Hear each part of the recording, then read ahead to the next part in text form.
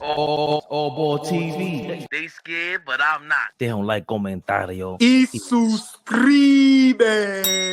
Paul George is probably a better basketball player, but I think Mikal Bridges has an opportunity to be better than Paul George. Really? All time? Yeah. I'm not high on Paul George like everybody else is. I mean, all time. PG's put in a lot of work in this league, though. I can't knock what he's done to be great. How much work? No disrespect. How much work did he actually put in? I mean, he's been great for like 13 years in a row. Like he's been good. He's been good. He ain't been great.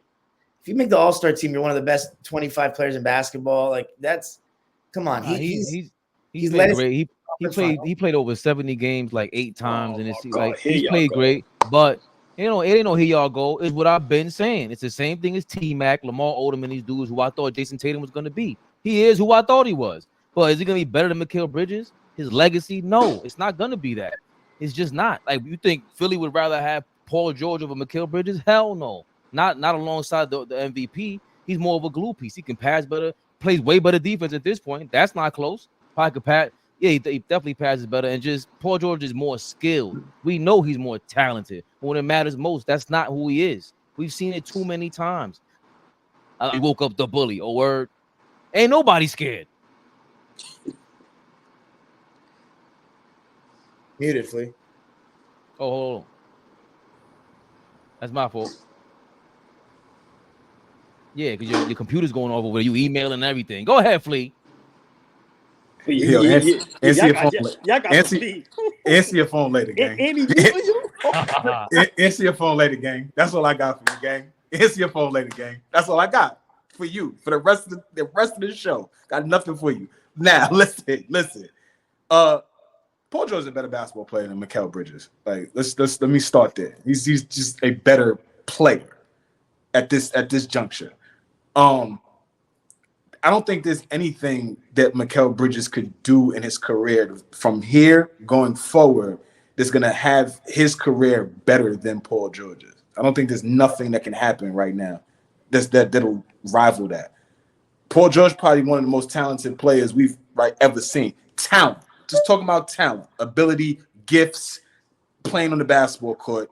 You can roll your eyes all you want. It's a fact.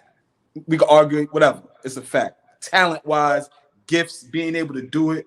He's one of those guys that's just naturally gifted at playing basketball. But I just think Bridges is a better fit. Fit matters. How you play matters. The intangibles that you bring matters. Paul George don't really bring any more intangibles anymore. It's either you scoring or you not. You on the floor or you not. I don't see him, taking on the best player anymore. I don't see him, sitting in the chair and getting those critical stops that you need anymore. So that's what I mean. Just flat out, just going and putting the ball in the basket. Yeah, he's one of the best still. But would I rather him over Mikal Bridges currently constructed how we are? No, give me Bridges.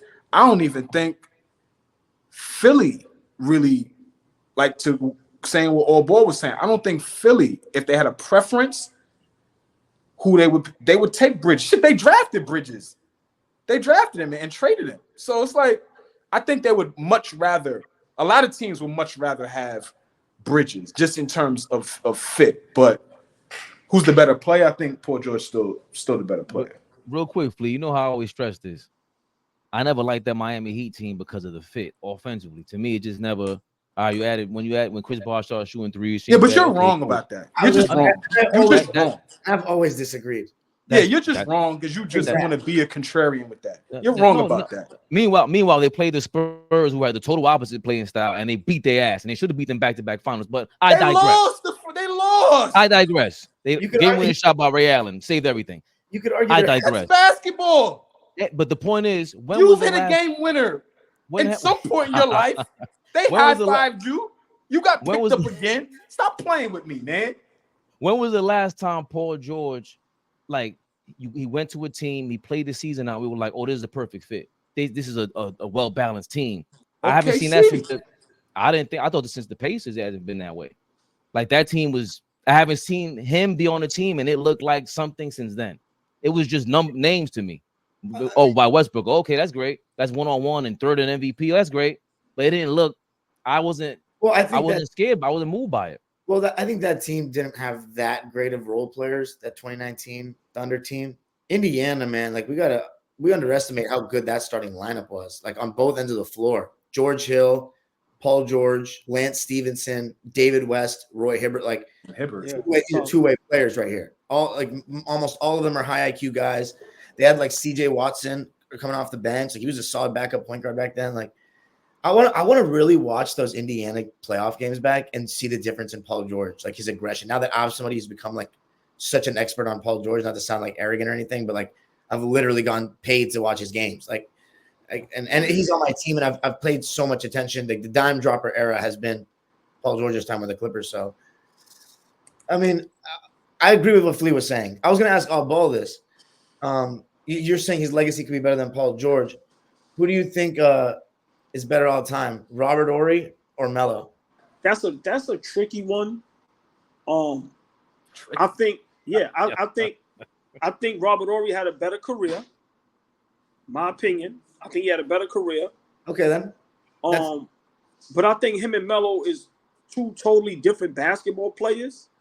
Wow. No, but you said what I was looking for. You think he had a better career? Okay, that lets me know what you value though. So you would take a role player who is the perfect role player. You can put him on any team you want because like Robert Horry is that kind of guy. Like you could throw him on any team in any era and he would help you. Yeah, he proved that. But he could never do what Carmelo does in his life. He would never make an all-star team. Carmelo Anthony was making the all-star team left and right, just like Paul was. Just like McGrady, same thing. McGrady hasn't won anything, but he's one of the most talented basketball players I've ever seen in my entire life. And like that's a good. But that was a good. I'm happy that you answered that way. So listen. I mean, for me, I'm pretty sure those guys are trading all those all-stars for one championship. What about Tracy McGrady or Michael Cooper? No. I'm not a big T-Mac guy, but I mean, if we go skill-wise, T-Mac is probably one of the greatest skill-wise at that size to do what he do. But I'm taking Michael Cooper. When I build a team, I'm taking guys that's going to do whatever it takes to win. So basically, okay, I guess I get you. And guys like Michael Cooper going to do whatever. I'm not saying T-Mac won't, but of course we know the talent, the skill set. But you know, it's like I said, to me, those are kind of like apples and oranges. It's almost like you sound crazy if you pick one or the other. Right. But I get where you're going. I'm just saying, for me, when I'm building a team, I like the guys like big shout out Ken Anderson. When he gave his top 5, he had Scottie Pippen in his top 5. All-time players? Yeah. Wow. He gave his top 5. And he has Michael Cooper wasn't even a starter. Yeah, but that's because true. He wasn't a starter because never in his career. Did Kenny Anderson happen to mention Robert Horry? In Michael Cooper's defense, though, he was playing behind Magic, Byron Scott, and Norm Nixon his whole life. Right, I get it. I just in my mind, I always thought Coop was a starter for some reason, and good enough to be, but. That was surprising. That was surprising to see that. I thought Coop was a starter more in his career. Okay, I'm wrong. So I know AllBall values championships a lot. So like that's but I'm not. But I'm not going to. Like I said, T-Mac is a better basket. Is probably has a way better skill set than Michael Cooper. It's not even close. It's not even close, but. Like I said, I see what selfish basketball players get. And they get a whole bunch of all-stars and nothing else. But do you think Paul George is selfish, or do you think he's – because I don't think Paul George is – I mean, in terms of this, yes, going for his money, but, like, that's, he's doing what's best for him long term. But I don't think he's selfish on the court, really. I think he's dumb on the court. No, I'm gonna use Fabian's thing. He's a third option, but people keep treating him like he a 1 or 2 option. That's the problem. Let me ask you this: what do you think Paul George's prime was? Indiana. Before he had the leg injury or after? Before. Okay, so it's basically 1 year. Because in 2013 he's averaging 17 points a game, and because he played so well in the playoffs, we all remember that season a little bit differently. But in 2014, That was like the first season where everybody's like, okay, Paul George going into it, everybody's like, this guy is real.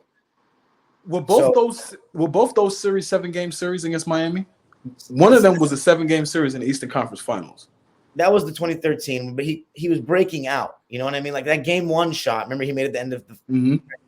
That was when Reggie Miller was like, "We are seeing a star in the making here." But we saw that year. What's the dunk on Birdman? That's that series, 2013. Okay. But I'm saying after that series, I think he still only averaged 17 points that season. So I'm not saying that he didn't come out in the playoffs, but 2014, if you combine the regular season and the playoffs, it'd probably be his best year that AllBall is referring to. The Pacers were the number 1 seed. You know what I'm saying? Had a lot of potential. I feel like he was better than who was the aging veteran that was on the team at the time? Danny Granger. Yeah, Granger. I thought he was better than him. I think a lot of everybody. I thought that as well. He just had way more of a handle, more of a bag, more wiggle to his. It wasn't overwhelming like that. Was like his second and third. Paul George was like, all right, who is this guy? He was all around game, which is better than him. We would compare him. I thought you were gonna compare Melo to Paul George. That's what I was about to ask y'all. Who's a better basketball player in y'all opinion, Melo or Paul George? Yeah, that's one we used to have a lot here in Clipperland. Some people used to discuss that. Now, you know what's funny? That used to be Paul George for me because he was an all-around better player than me. But now it's like, I'd rather have Melo. And I never thought I would have said that. That's not even like Melo. I got something with players that just are unapologetic about their game. It's like Iverson. Like, at least he knows who he is. He's not lying about it. He's coming to play every game. There's no podcast peep. I wish Melo was doing his podcast stuff while he wasn't. I would have been more of a Melo fan because I just love that he's how real he is. He's just authentic. Whether I agree with him or disagree with him, I disagree with a lot of what he says. I just don't think Paul George is authentic. I never have. Well, ever since he's been talking this pro bully talk for years. And I've been what Joe Rose said, Dom. Paul fraud. He's a fraud. He's been a fraud. That's what he is. He's the side of the backboard, playoff P. It was all lies. He's been to it's like 10 years already. He's been doing on his run. I'm taking I think I would say it like this. If they were both of them aren't, to me, winning a championship as a number 1 option, no matter what team they have around them. If everybody's worse than them on the team, they're not winning. But I would take Melo as a first option. But as a second option or lower, I would take Paul George because he's a little more, Melo's just a little bit too I want the ball for me. And Paul is off the ball is pretty good. He's pretty good, like in terms of like coming off screens and stuff and like working quickly. I feel like Melo's more of a ball stopper. But he's consistently that. And Paul's a better defender too. If we're talking about the best Paul George, he's a better defender for sure. But he's inconsistent. I think that's so fraudulent. I don't think Melo might not be one of the best on-ball defenders, but when asked to lock in and play defense, he plays defense. Paul George level. Talking about the best Paul George. The best Paul George is a first team All NBA defender. Yeah. I mean, even if he's not, like he's one of the better wing defenders in the NBA. I think he's first team All NBA defensively at one point. He was. Was his offense like? Are we matching it up? Because like I'll say this. I mean, he led one team to the conference finals.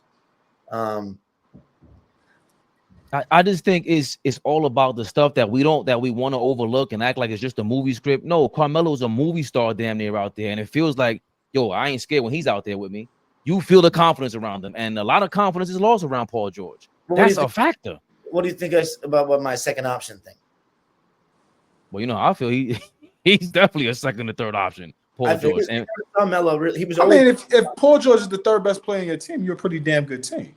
Right. Yeah. That's what scares me about Philly now. That's what makes things kind of scary. Was like, oh, that's your third best player? Okay. Well, I think about this now. Nick Nurse, you got to think about this now. So I'm with you with that. So a lot of injury. The only thing holding them back is really injuries from developing chemistry, and you don't have to rely on following him. Don't take that ball out of that kid's hand. Maxey is doing nothing but going like this. Do not. Nick Nurse, do not take the ball out of that kid's hands to now put Paul George in some makeshift point forward position. AllBall TV. They scared, but I'm not. They don't like comentario. Y suscribe.